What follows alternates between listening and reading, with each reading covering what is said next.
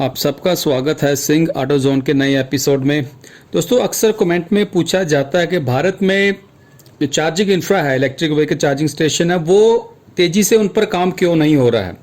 उसके कई रीज़न है दोस्तों, जिसमें से एक जो सबसे बड़ा रीज़न निकल कर आता है कि किस कॉस्ट जो इलेक्ट्रिसिटी चाहिए इन चार्जिंग स्टेशन के लिए, वो किस कॉस्ट पर स्टेट्स या सेंटर प्रोवाइड कर रही है।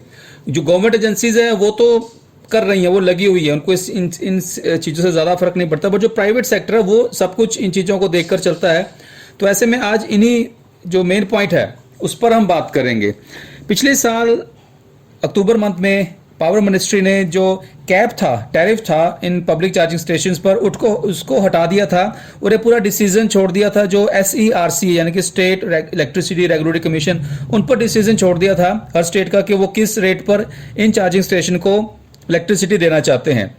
तो उसके बाद हुआ क्या है कि कुछ स्टेट्स में तो बिल्कुल काबू में रहा रेट, बट कई स्टेट्स में ये रेट जो नॉर्मल वहाँ पे जो एक्चुअल जो सप्लाई रेट रहती है एवरेज, उससे काफ़ी ज़्यादा हो गया था, मोर देन डबल।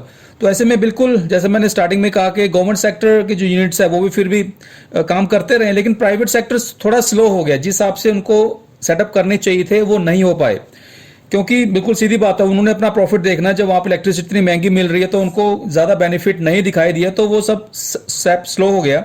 अब शायद सरकार को ये सब समझ आ गया कि वहाँ गलती कहाँ हुई है, तो दोबारा से अब जो लेटेस्ट अपडेट है, लेटेस्ट डिसीजन है कि सरकार ने दोबारा से कैप लगाया है in rates per unit cost, और इसको फिक्स किया है कि आप जो आपकी एक्चुअल कॉस्ट ऑफ सप्लाई है उससे आप 15% से ज़्यादा नहीं इसको बढ़ा सकते हैं।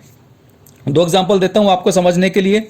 पहला है दिल्ली से, जो दिल्ली इलेक्ट्रिसिटी रेगुलेटरी कमीशन है DERC, उन्होंने फिक्स किया है प्राइस रफली 4 से लेकर 4.5 रुपये पर किलोवाट आवर, यानी कि पर यूनिट प्राइस रखा है इन चार्जिंग स्टेशन को जो इलेक्ट्रिसिटी सप्लाई रहेगी, जो कि उनका जो एक्चुअल कॉस्ट ऑफ सप्लाई है उससे कम है। एक्चुअल इनकी कॉस्ट ऑफ सप्लाई है 6.5 रुपये, 6.5 रुपीज़, और ये उनको दे रहे हैं कम रेट पर 4.5 रुपये पर यूनिट।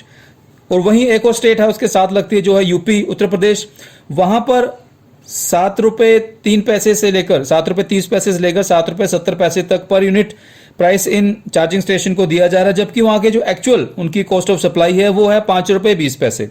तो मतलब एक्चुअल से भी यहाँ पर स्टेट में ज़्यादा दिया जा रहा है। तो हम देख भी रहे हैं कि यूपी में चार्जिंग इंफ्रा कम है, उसके मुकाबले दिल्ली में हमें चार्जिंग इंफ्रा काफ़ी ज़्यादा दिखाई देता है। जो मेरे मैक्सिमम अपडेट है उनमें से कोई ना कोई दिल्ली से जुड़ा जरूर होता है जब भी मैं चार्जिंग इंफ्रा डेवलपमेंट की बात करता हूँ। तो यहाँ पर आप फर्क देख रहे हो। अब अच्छी बात है कि टोटली कैपिंग को फिक्स किया गया है 15% से ज़्यादा, जो एक्चुअल उनका कॉस्ट ऑफ सप्लाई इलेक्ट्रिसिटी सी, उससे आप 15% से ज़्यादा नहीं कर सकते। मुझे लगता है काफ़ी हेल्प करेगा। इसके अलावा कुछ और स्टेट्स हैं लाइक गुजरात, कर्नाटका, महाराष्ट्र एक्सेट्रा, इनका प्राइस भी ACS actual cost of supply के आसपास ही चल रहा है। डिसीजन अच्छा है लेकिन लेट है।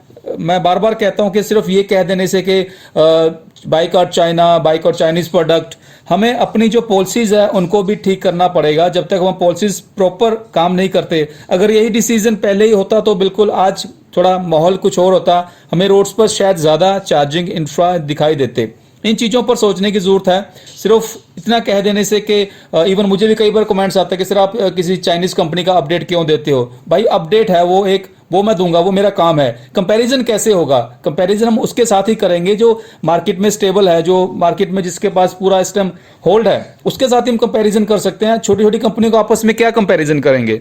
इस बात को समझिए। हर बार ये लिखने की जरूरत नहीं है कि सर आप बाइकआउट चाइना कंपनीज। अरे भाई, ना तो हमारे पास उस तरह का इंफ्रा है, ना हमारी सरकार की सोच है, ना हमारी पॉलिसीज है। चाइना से मुकाबला कहाँ कर लेंगे? सिर्फ कहने से कुछ नहीं होगा। समझिए कहाँ गड़बड़ हो रही है, उस पर हमें मिलकर विचार करना होगा, मिलकर जो दिक्कत है वो दूर करनी होगी।